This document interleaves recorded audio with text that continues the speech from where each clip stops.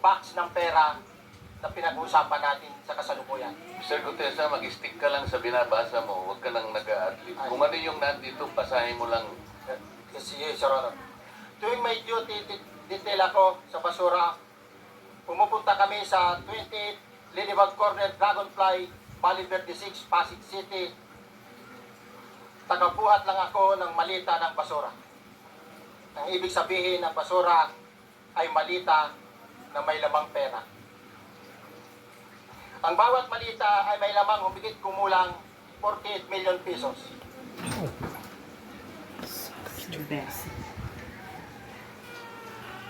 Ang bawat malita ay may pusit na nakadikit na nakasaad kung magkano ang laman ng bawat malita. Tuwing may duty detail sa basura, may pumupunta na tao na magde-deliver ng basura at nire-receive ni John Paul Estrada at Mark Tiksay. Ang mga executive assistant ni Congressman Saltico at sila ang mga detail sa mga ganyang activities.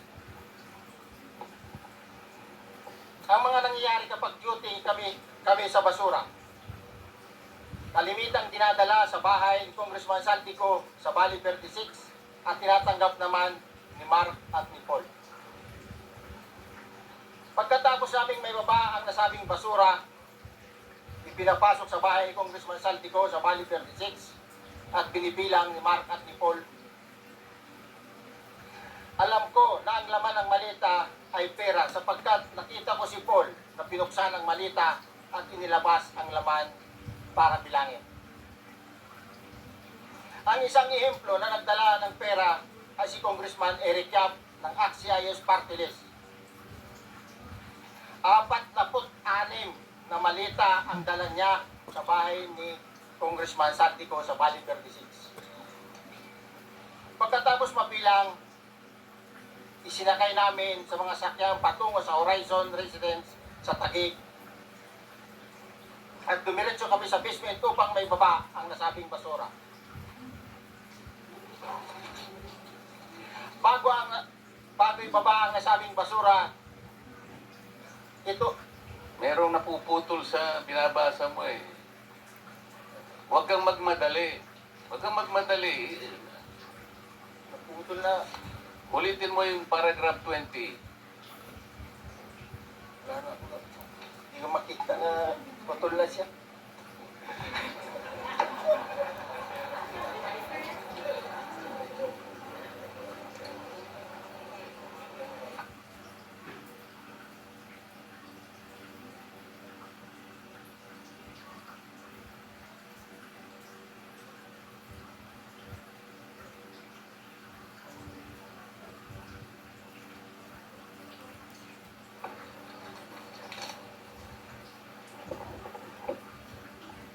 Pagkatapos, mabilang ang sinasakay namin sa mga sakyang patungo sa Horizon Residence, Taguig. Pagdating sa Horizon Residence, dumidiretso kami sa basement upang may baba ang nasabing basura at dalhin sa unit ni Congressman Saltico sa 56th floor sa nasabing lugar kung saan siya nakatira. Bago ibaba ang nasabing basura, ito ay bawas na. Halimbawa, nag-akyat kami ng 46 na malita. Ibababa lamang namin ay 35 malita para i-deliver sa bahay ni House Speaker Martin Romualdez sa 42 McKinley Street, Taguig. Ang labing isang malita ay naiwan sa taas ng 56th floor sa Horizon Residence.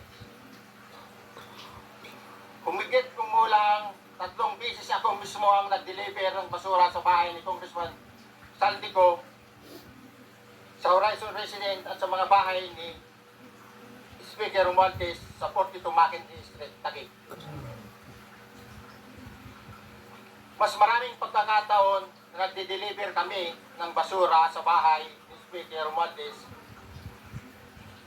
at sa bahay ni Congressman Saltico dahil iba-iba kaming mga nakadetailed na close-in, back-up at advance party na nagkakaroon ng rotation. Sa huli, ako po ay nagnanais na mapasailalim sa Witness Protection Program dahil alam ko po nanganganib ang buhay ko at ang aking pamilya sa ginawa kong paglalahad na ito. Sa katotohanan ng lahat ay nilagdaan ko ang salaysay na ito ay kusang loob at walang anumang pamimilit at bunsod lamang na hangarin matulungan ang ating bansa. Ito po ay nilagdaan ko. Your Honor. Thank you, Orly. Before you proceed